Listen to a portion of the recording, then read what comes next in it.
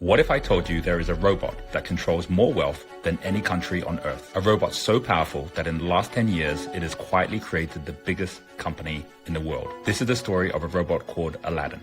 It's Wall Street's best kept secret, and it's gobbling up every asset class across every industry. Aladdin now controls $21 trillion of our global economy. To put that in perspective, that's more than the $20 trillion GDP of the US or the $15 trillion GDP of the entire European Union. The New Statesman wrote, the total physical cash of all 7 billion people and every company, bank vault, wallet, and piggy bank in the world is around $5 trillion. Aladdin has grown into a system responsible for more than 4 times the value of all the money in the world. This one robot directs the actions of the US Federal Reserve, almost every major bank and investment fund on Wall Street, and over 17,000 traders. It controls half of all ETFs, 17% of the bond market, 10% of the global stock market, and carries out 250,000 trades every day and billions of forecasts every week. Year after year, it hoovers up trillions of data points on every market, every company, every asset, and now even each of us, what we buy, sell, and say, so that it knows what to buy and what to sell far better than any human being. Every major bank, company, and investment fund has come to rely on Aladdin and its all-powerful AI and algorithms to beat the market. And if they didn't, they've collapsed and failed in Aladdin's wake. And you know what the craziest part of this story is? This robot is just getting started. So where did Aladdin come from and how did it get so powerful?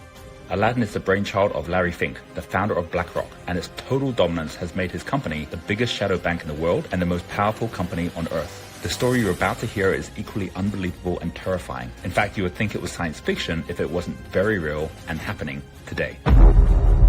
This story starts in the 1980s when Larry Fink was making millions pioneering mortgage-backed securities at Wall Street Bank First Boston. That's right, the same mortgage-backed securities that caused the 2008 global financial crisis 20 years later. But back in the 80s, he was in an epic Wall Street rivalry with Louis Ranieri at Salomon Brothers, made famous as the big swinging dick in Michael Lewis's book Liar's Poker. Back then, Larry was making millions for the bank and was on track to be First Boston's CEO. And then in 1986, an error in the back office computer models led to Larry making the wrong trades and he lost the company $100 million. The result was Larry leaving the bank as a failure with a stupid computer to blame. With that experience, Larry had just one ambition: to build a super smart robot that could pick out risk and opportunity in the market and do it better than any computer or human could do. In 1988, he launched a new startup, Blackrock, with a tiny coding team to give birth to this robot. Its name, Aladdin, which stands for Asset, Liability, and Debt Derivative Investment Network. In its first 10 years, Aladdin was fed information about every asset, price movement, and risk variable in the global bond market, Larry's specialty. And in 1999, when Aladdin turned 11, Aladdin was getting so intelligent at picking losers and winners that Larry began selling access to its data to other Wall Street firms. That same year, he took BlackRock public on the New York Stock Exchange. Straight after the IPO, the dot-com bust burst, pushing a wall of money from the stock market to bonds, which Aladdin had become the undisputed world champion in. Within years, BlackRock had become $1 trillion company, and as money started shifting back to shares, what did Larry do? He bought the asset management arm of Merrill Lynch, which was focused to shares. So the gift for Aladdin's 18th birthday, all the data points for the entire stock market, and suddenly Aladdin had a new playground, analyzing every stock trade and risk factor for every company on the stock market.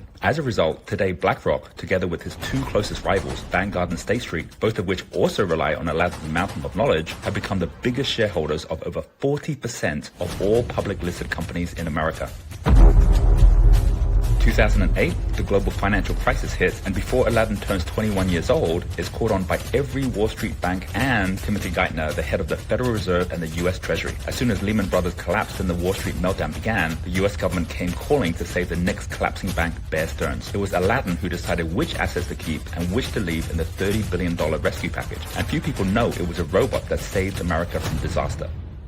With that first success, the Fed, US government, and now even European and Japanese central banks began relying on Aladdin to make the calls on where the $2.5 trillion of new money they printed should go. The majority of it, bonds and funding to prop up the mortgage companies and banks.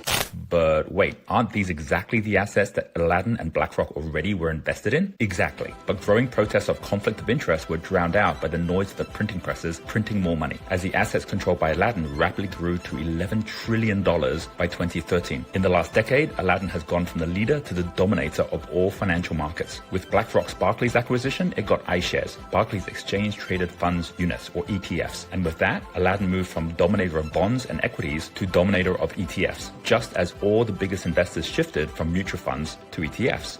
And that's when, in 2017, everything changed. On Aladdin's 29th birthday, Larry launched a top-secret project at BlackRock, codenamed Monarch. It led to the firing of his fund managers and replacing their funds with Aladdin's funds. The robot was now eliminating humans from the equation altogether.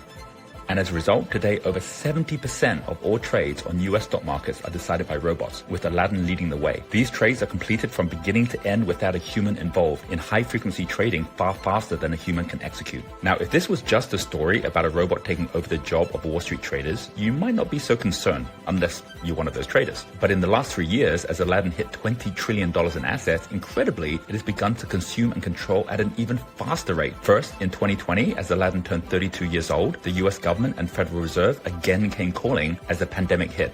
Aladdin was again the one to guide the nation in what was now $4 trillion of newly printed money. Where did the money go this time? Inexplicably, for the first time, the Fed began buying ETFs in 2020. Well, that's a little strange. And again, the cries of conflict of interest were drowned out by the money printing. And then Aladdin revealed its endgame. Recently, BlackRock acquired eFront, which collects data on the things that you and I own, including private equity and real estate. And since then, Aladdin has consumed eFront's data on the entire global real estate market. And yep, you guess what happened next. Over the last 2 years, BlackRock and other funds using Aladdin's data have begun buying up single-family homes, where they can afford to outbid the rest of us as they have unlimited financing at hyper-low interest rates. The result is home prices rising by 20% over the last 2 years and pushing now even big players like Zillow out of the market. And here we see Aladdin's endgame, to be the one hyper-intelligent AI robot that not just controls Wall Street assets, but all assets, public and private. Now, I'm not into conspiracy theories, but even a skeptic with eyes wide open can see the signs. We're already at a point where no one can compete without Aladdin. As CEOs and asset managers like Anthony Malloy are now saying, Aladdin is like oxygen. Without it, we wouldn't be able to function. And what about government regulation? Well, Joe Biden has appointed BlackRock executive Brian Deese as head of the National Economic Council, which basically means the oversight of Aladdin and BlackRock is now the responsibility of BlackRock. And Biden has also appointed BlackRock Chief of Staff, Wally Adeyemo, to be Assistant Secretary of the Treasury, which means BlackRock is now the Treasury as well as the Treasury Advisor. And this story is far from over. The genie is out of the bottle. And Aladdin has already reached a tipping point where one robot controls more wealth than any person or country. But as Aladdin's AI capabilities continue to grow, and with its rate of control rising by another $1 trillion to $2 trillion in new assets every year, it looks inevitable that Wall Street's secret weapon could end up owning everything, and we end up owning nothing.